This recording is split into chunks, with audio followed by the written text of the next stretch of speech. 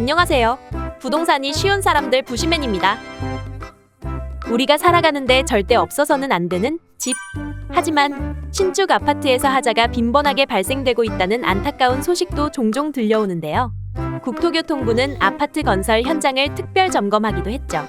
속상한 마음을 넘어 안전에까지 위협이 되고 있는 신축 아파트의 하자 보수에 대해 자세히 알아보겠습니다. 십수년을 힘들게 모은 돈과 은행의 도움까지 끌어모아 새 아파트 장만에 성공하고 설레는 마음으로 입주하게 된 부시맨. 내 집 마련의 기쁨도 잠시. 입주한 지 한 달 만에 새 아파트에서 화장실 타일이 떨어지고 벽에도 금이 가는데? 부시맨은 이제 어떻게 해야 할까요? 우선 하자의 종별과 보수를 청구할 수 있는 기간부터 알아볼까요?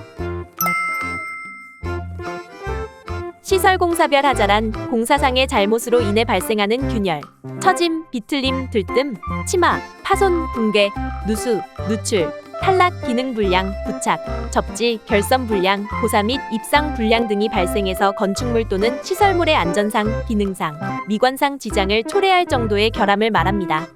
하자담보 책임기간은 타일공사 등 마감공사는 2년, 창호공사는 3년, 철근 콘크리트 공사는 5년입니다.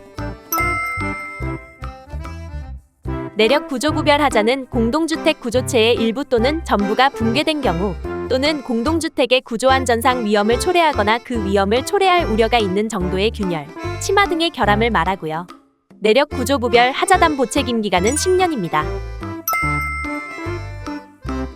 하자담보 책임 기간을 산정하려면 기산일 기준이 언제인지도 알아야겠죠?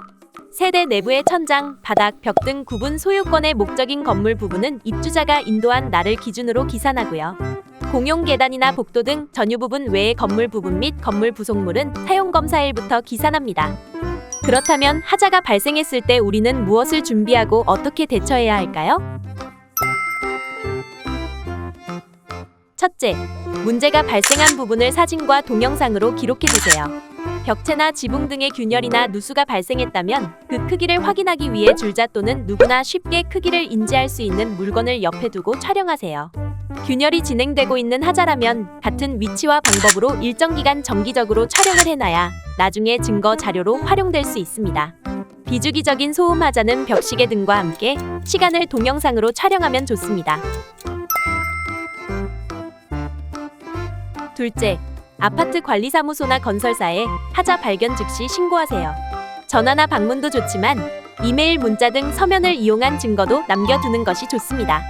내용에는 구체적 하자 발견 시점과 하자 내용, 생활의 불편함과 피해 규모 등을 포함시키셔야 하고요. 관리사무소 또는 건설사 관계자의 답변 등도 함께 기록될 수 있으면 좋습니다. 하자 보수는 앞에서 설명드린 것처럼 하자담보 책임기간 내에 보수를 요청해야 합니다.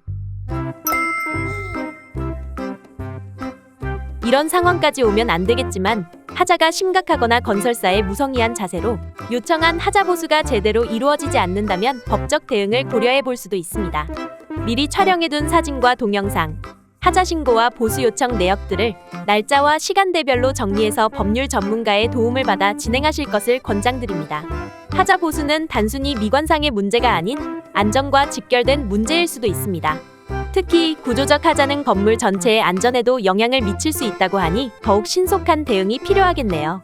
부실 시공으로 안전이 위협받는 일이 더는 없었으면 좋겠습니다. 오늘 내용이 도움이 되셨다면 좋아요와 구독 부탁드립니다.